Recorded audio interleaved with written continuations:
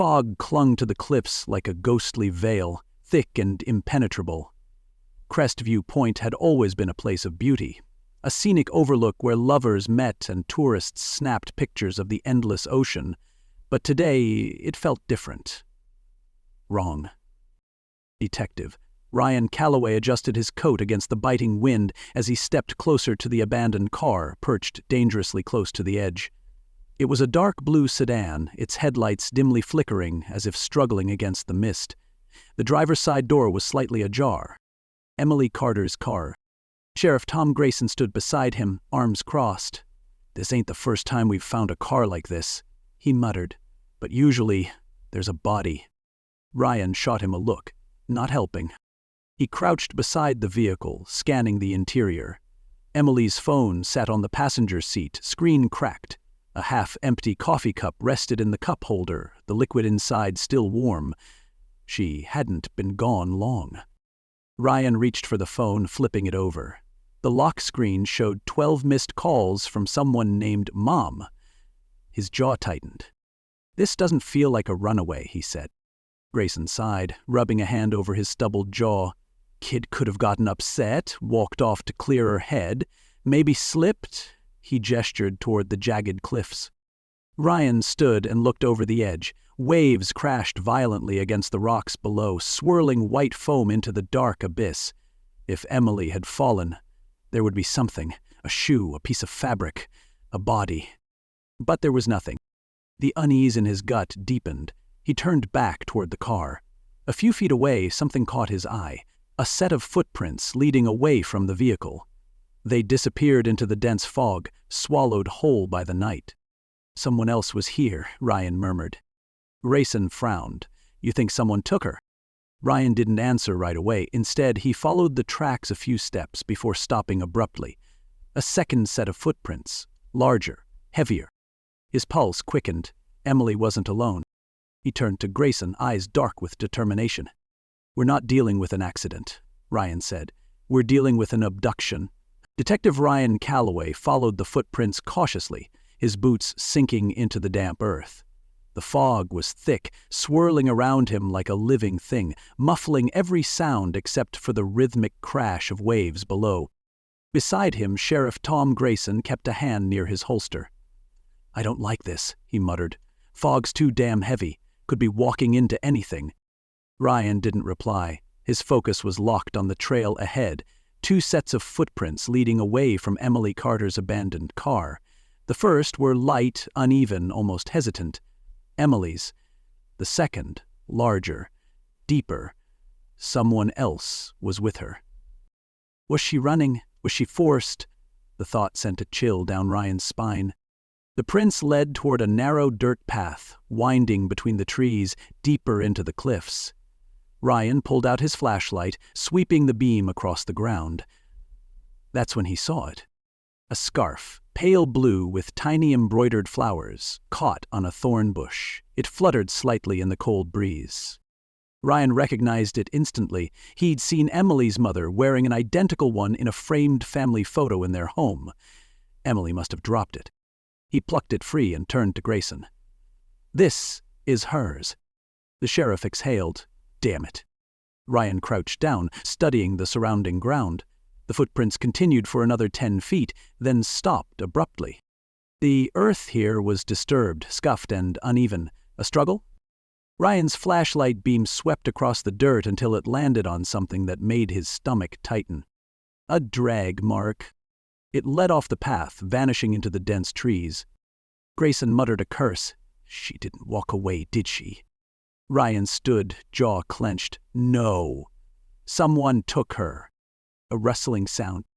Both men snapped toward the noise, hands hovering over their weapons. The fog curled between the trees, obscuring whatever or whoever was out there. Ryan's instincts screamed that they weren't alone. Someone was watching. "Let's move," he said, voice low. "We're not done here." The scream sent a jolt through Detective Ryan Calloway's veins. He and Sheriff Tom Grayson exchanged a brief look before Ryan took off down the trail, flashlight beam bouncing wildly across the fog-drenched path. But when they reached the end of the footprints, there was nothing. No movement, no sign of Emily, no more sound.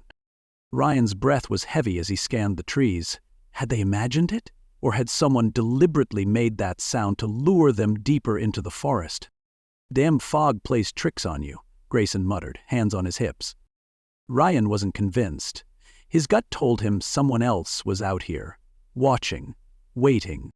He took one last glance at the disturbed earth and the drag marks leading into the trees before turning back. "We need to head into town. Someone knows more than they're saying." Back in Bridgehaven, the town had its usual quiet, postcard-perfect appearance. White picket fences, cozy cafes, a church steeple rising above it all. But Ryan knew better. He'd seen too many small towns where secrets were buried just beneath the surface. Their first stop was Emily Carter's house. Her mother, Linda Carter, answered the door, her face pale and drawn. "Did you find her?" she asked, her voice shaking. Ryan hesitated. "Not yet, but we found her car." Linda sucked in a sharp breath, gripping the doorframe. "I knew something was wrong. She was scared, Detective. She wouldn't say why, but she told me someone was following her." Ryan exchanged a look with Grayson. Emily had been afraid, but of whom? Linda led them inside, where Emily's room remained untouched. Ryan scanned the space. Textbooks stacked neatly, a laptop still open on the desk. He clicked the mouse. The screen lit up, displaying an email conversation. "Unknown sender, you need to stop asking questions. This is your final warning." Ryan's pulse quickened. She was investigating something. Grayson frowned. "The question is, what?" Ryan turned to Linda. "Did Emily mention what she was working on?" Linda shook her head. "She just said it was big, something about the town's past." Detective Ryan Calloway returned to Bridgehaven with a steely resolve to uncover the mystery behind Emily Carter's disappearance. The chilling clues, the abandoned car, the cryptic email, and the hints of the town's shadowy past compelled him to dig deeper into Bridgehaven's history. His investigation led him to the old Bridgehaven Historical Society, a weathered brick building that had witnessed the town's secrets for generations. Inside, the dimly lit archive room smelled of aged paper and dust. Ryan was greeted by Abigail Mason, the society's elderly caretaker, whose eyes held memories of a bygone era. As they sat among stacks of yellowed newspapers and brittle documents, Abigail recalled whispered legends of a series of unsolved vanishings that had plagued the town during foggy nights much like this one. There was a legend, she confided in a hushed tone, a hidden record of illicit transactions and dark secrets involving influential figures in Bridgehaven. It vanished from our records years ago. Intrigued, Ryan began poring over old files, newspaper clippings, and court documents. Hours bled into days as he assembled the scattered fragments of Bridgehaven's troubled past. He discovered accounts of several young women who had disappeared under mysterious circumstances, each case marked by a similar eerie atmosphere and unexplained financial anomalies. One faded document, tucked away behind a row of leather-bound volumes, mentioned a mysterious benefactor, a shadowy figure who had allegedly intervened in these cases, offering assistance at a steep price. Meanwhile, back at the local precinct, Sheriff Tom Grayson re-interviewed longtime residents. Their hesitant recollections spoke of a secretive network, hinting at a guardian of the town whose involvement was both protective and sinister. The murmurs of a cursed ledger and hidden sins stirred a deep unease in Ryan. It became increasingly apparent that Emily's case was not isolated. It was interwoven with decades of cover-ups and long-buried scandals. As dusk settled over Bridgehaven, Ryan gathered his findings, each piece intensifying the dark tapestry of the town's history. He realized that to expose the truth behind Emily's disappearance, he would need to locate that elusive ledger and unmask the figures determined to keep their secrets hidden. With renewed determination, Ryan vowed to confront the demons of Bridgehaven's past, even if it meant putting his own life at risk. Dusk had fallen over Bridgehaven, and the thickening fog transformed the town into a landscape of shifting silhouettes. Detective Ryan Calloway and Sheriff Tom Grayson arrived at an abandoned warehouse on the outskirts, a dilapidated structure whispered about in local legends. An anonymous tip had led them here, promising vital evidence that could unravel the conspiracy behind Emily Carter's disappearance. The building's exterior was cloaked in decay. Broken windows and creaking metal doors hinted at secrets long left to rot. Ryan's heart pounded as he and Tom stepped cautiously inside, their flashlights cutting through the oppressive darkness. Dust motes danced in the beams of light, and the stale air carried a sense of imminent danger. In the center of the warehouse, a single wooden table was draped in a faded, tattered cloth. On it lay an old, leather-bound ledger and a series of photographs. Ryan's hands trembled as he flipped through the ledger, revealing detailed records of clandestine transactions, names of influential town figures, and dates that coincided with past disappearances. This was the evidence that would expose decades of corruption. Before Ryan could process the discovery, a low, gravelly voice emerged from the shadows. "I wouldn't get too excited, Detective," the voice said. A man stepped forward, a gaunt figure with eyes as cold as the night. "I'm known in these parts as the Guardian.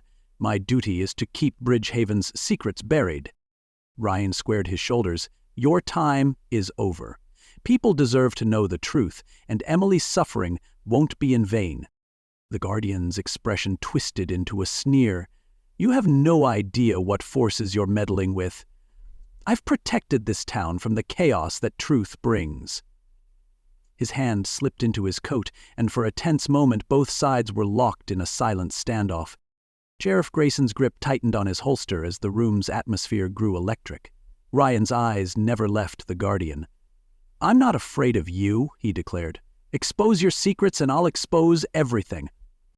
For a moment the only sound was the echo of their breathing in the vast emptiness. Then, with a swift motion, the Guardian lunged. But Ryan was ready. In the ensuing struggle, as punches and threats filled the air, the truth edged closer to being revealed.